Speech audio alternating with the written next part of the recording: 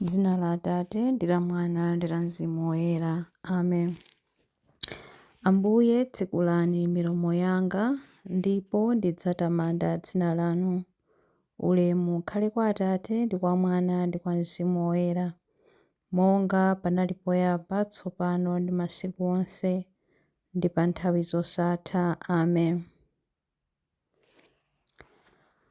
Ambuye amene chikondi chawo mu utumiki wodzichepesa adasenza zolemetsa za zosowa za munthu, amene pa mtanda adasiyidwa adatisonyeza zochita zachifundo changwiro.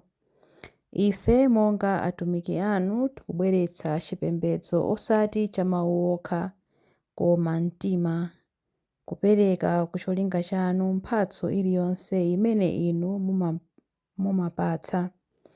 Pamene tikupembedza tipatseni masomphenya mpaka kuwala kowululidwa ndi chikondi chanu, mpaka mtunda kutsika ndi ukulu zitaonekera pamaso athu au munthu, kudziwitsa zosowa ndi zolemetsa zimene chifundo chanu chikutipempha kuti tisenze, kutitsitsimutsa ife ku utumiki wokhulupirika, moyo wanu wotchuluka woti tigawane, kuyitanidwa kochokera kopembedza mu utumiki, patsogolo ndi dzina lanu ife tipita, kwa mwana wachinyamata achikulire, chikondi mzochitika za moyo tisonyeze, chiyembekezo moyo wathanzi mafuno abwino, ulangizi, thandizo ndi mtendere ife tipereka, kuti ana anu Ambuye mwaufulu chifundo chanu achite kudziwa ndi kukhala moyo. Ulemu ukhale kwa Atate ndi kwa Mwana ndi kwa Mzimu Woyera, monga panali poyamba, tsopano ndi masiku onse, ndi pa nthawi zosatha. Amen. Chilimbi 1. Ndidachimwira inu Mulungu, mundichitire chifundo. Mundichitire chifundo inu Mulungu, malinga ndi chikondi chanu chosasinthika. Mufafanize machimo anga malinga ndi chifundo chanu chachikulu. Mundisambitse kwathunthu pochotsa kulakwa kwanga. Mundiyeretse mtima pochotsa machimo anga. Zolakwa zanga ndikuzidziwa, kuchimwa kwanga ndikukuzindikira nthawi zonse. Ndachimwira inu nokha, ndachita choyipa pamaso panu. Motero mwakhonza ponditchula wolakwa. Simudalakwe pogamula mlandu wanga. Zoonadi ndidabadwa mu tchimo, ndinali mu tchimo kuyambira pamene amayi wanga adatenga pathupi pa ine. Ndithudi inu mumakonda mtima woona, choncho mundiphunzitse nzeru zanu. Mundiyeretse ndi hisope ndipo ndidzakhala woyera. Mundisambitse ndipo ndidzayera kupambana chisanu cha mbee. Mundilole ndimve chimwemwe ndi chikondwerero. Ngakhale mwandiphwanyaphwanya mafupa, mundilole ndidzasangalalenso. Mufulatire machimo anga, mufafanize zoyipa zanga zonse. Mundilengere mtima woyera inu Mulungu. Muyike mwa ine mtima watsopano ndi wokhazikika. Musandipirikitse pamaso panu, musachotse mzimu wanu woyera mwa ine. Mundibwenzere chimwemwe cha chipulumutso chanu.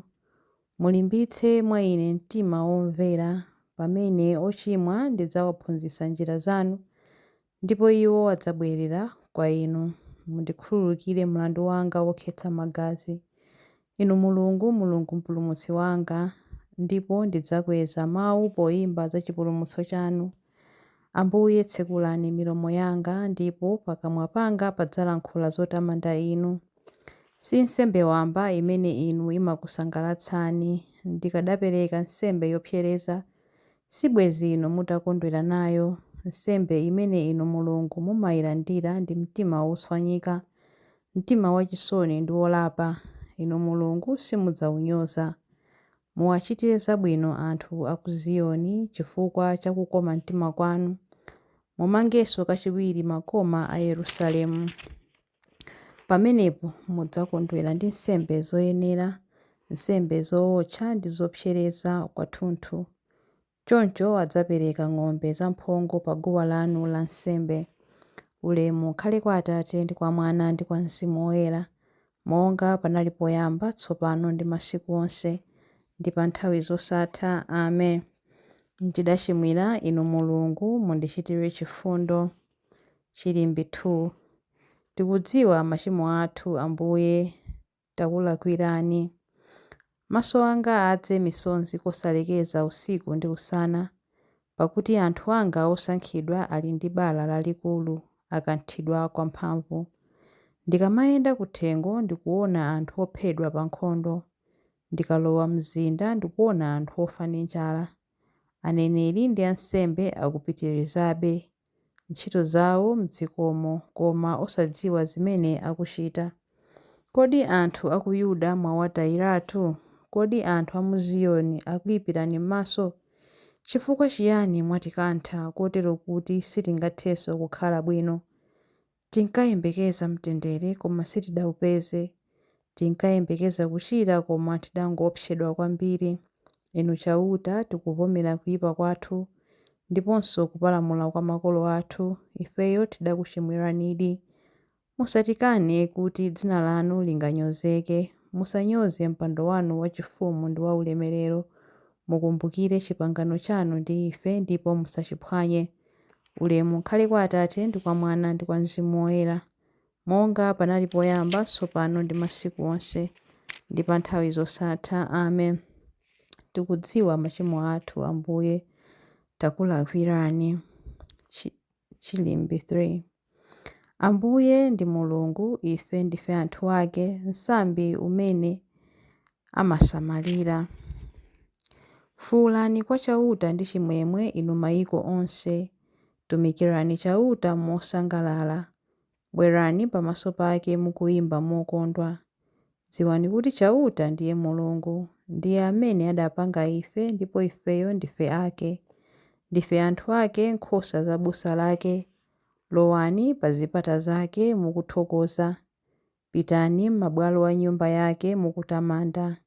Yamikani chauta, lemekezani dzina lake, paja iye ndi wabwino. Chikondi chake nchamuyaya, kukhulupirika kwake nkosatha. Ulemu ukhale kwa Atate ndi kwa Mwana ndi kwa Mzimu Woyera, monga panali poyamba, tsopano ndi masiku onse, ndi pa nthawi zosatha. Amen. Ambuye ndi Mulungu, ife ndife anthu ake, nsambi umene amasamalira. Mawu a Mulungu. Mawu akuchokera mu buku la Deuteronome. Deuteronome 7 verse 6b 8 mpaka 9. Mulungu adasankha inu kuti mukhale anthu ake pakati pa anthu onse apa dziko lapansi. Koma chauta adakukondani ndipo adafunadi kusunga malumbiro amene adachita ndi makolo anu. N'chifukwa chake adakupulumutsani ndi mphamvu zake, nakusandutsani mfulu, kukuchotsani m'dziko la ukapolo kwa mfumu ya ku Igupto ija. N'chifukwa chake mudziwe kuti chauta Mulungu wanu ndiye yekha Mulungu, ndipo ndi Mulungu wokhulupirika. Iye adzasungadi chipangano chake ndipo adzaonetsa chifundo chake chosasinthika kwa anthu a mibado zikwi zambirimbiri amene amakonda iye namamvera malamulo ake. Mawu a Ambuye. Tithokoze Mulungu. Chiyankho. Mulungu mwini adzandipulumutsa ku msampha wa mlenje. Mulungu mwini adzandipulumutsa ku msampha wa mlenje. Kwa iwo amene angathe kunditchera ndi mawu awo onyenga ndi ku msampha wa mlenje. Ulemu ukhale kwa Atate ndi kwa Mwana ndi kwa Mzimu Woyera. Mulungu mwini adzandipulumutsa ku msampha wa mlenje. Chilimbi cha nyimbo ya Zakariya. Pamene mukusala zakudya, musaonetse nkhope zachisoni monga amachitira anthu achiphamaso aja. Adalitsike Ambuye Mulungu wa Israeli. Wadzayendera anthu ake ndi kuwawombola. Watiukitsira ife mpulumutsi wamphamvu, nyumba ya Davide mtumiki wake, monga adalonjezera ndi milomo ya anthu oyera, iwo amene adali aneneri pa nthawi yakale. Mpulumutsi amene adzatimasula ife kwa adani athu, ku manja onse amene amadana nafe, choncho chikondi chake pa makolo athu chakwaniritsidwa, ndiponso chipangano chake choyera chakumbukiridwa. Adalumbira kwa Abrahamu atate athu kuti adzatilola ndi ufulu kumantha ndi kupulumutsidwa m'manja mwa adani athu, kuti tithe kumutumikira Iye mkuyera ndi mwachilungamo masiku onse a moyo wathu pamaso pake. Kwa iwe mwana wang'ono udzayitanidwa mneneri wa Mulungu wammwambamwamba. Udzapita m'tsogolo mwa Ambuye kuti ukakonze njira zake Iye asanabwere, kuti akadziwitse anthu ake za chipulumutso chawo, kudzera m'chikhululukiro cha machimo awo onse. Chikondi chokoma cha mtima wa Mulungu wathu, amene amatiyendera ngati m'bandakucha wakumwamba, adzapasa kuwala iwo amene ali mu mdima, iwo amene akukhala mu mthunzi wa imfa, ndi kutisogolera ife mu njira ya mtendere. Ulemu ukhale kwa Atate ndi kwa Mwana ndi kwa Mzimu Woyera, monga panali poyamba, tsopano ndi masiku onse, ndi pa nthawi zosatha. Amen. Pamene mukusala zakudya, musamaonetsa nkhope zachisoni monga amachitira anthu achiphamaso aja. Mapemphero. Lero Mulungu Atate akutibweretsa ku chiyambi cha Lenti. Tikupemphera kuti nthawi iyi ya chipulumutso adzatidzaza ndi Mzimu Woyera, kuyeretsa mitima yathu ndi kutilimbitsa ife m'chikondi. Tiyeni modzichepetsa timpemphe: Ambuye tipatseni Mzimu wanu Woyera, tithe kudzazidwa ndi kusangalatsidwa ndi mawu amene mumatipatsa ife. Ambuye tipatseni Mzimu wanu Woyera, tiphunzitseni ife kukhala wokonda osati m'nthawi ya zochitika zazikulu. Tiphunzitseni ife kukhala wokonda osati mu nthawi ya zochitika zazikulu ndiponso nyengo zapadera pokha, koma koposa pa zonse mu zochitika za moyo wa tsiku ndi tsiku. Ambuye tipatseni Mzimu wanu Woyera, tithe kudziletsa ku zinthu zomwe sitikufunitsitsa kwenikweni, ndi kuthandiza abale ndi alongo athu omwe ali m'mavuto. Ambuye tipatseni Mzimu wanu Woyera, tithe kusenza mabala a mwana wanu m'matupi athu, pakuti kudzera m'thupi lake adatipatsa moyo. Ambuye tipatseni Mzimu wanu Woyera. Ambuye tipatseni Mzimu wanu Woyera pamene tikupemphera kuti: Atate athu muli kumwamba, dzina lanu liyeretsedwe, ufumu wanu udze, kufuna kwanu kuchitidwe monga kumwamba choncho pansi pano. Mutipatse ife lero chakudya chathu cha lero. Mutikhululukire ife zochimwa zathu, monga ifenso takhululukira adani athu. Musatisiye ife m'chinyengo, koma mutipulumutse ife kwa zoyipa. Amen. Tipemphere. Ambuye titetezeni pamene tikulimbana ndi zoyipa.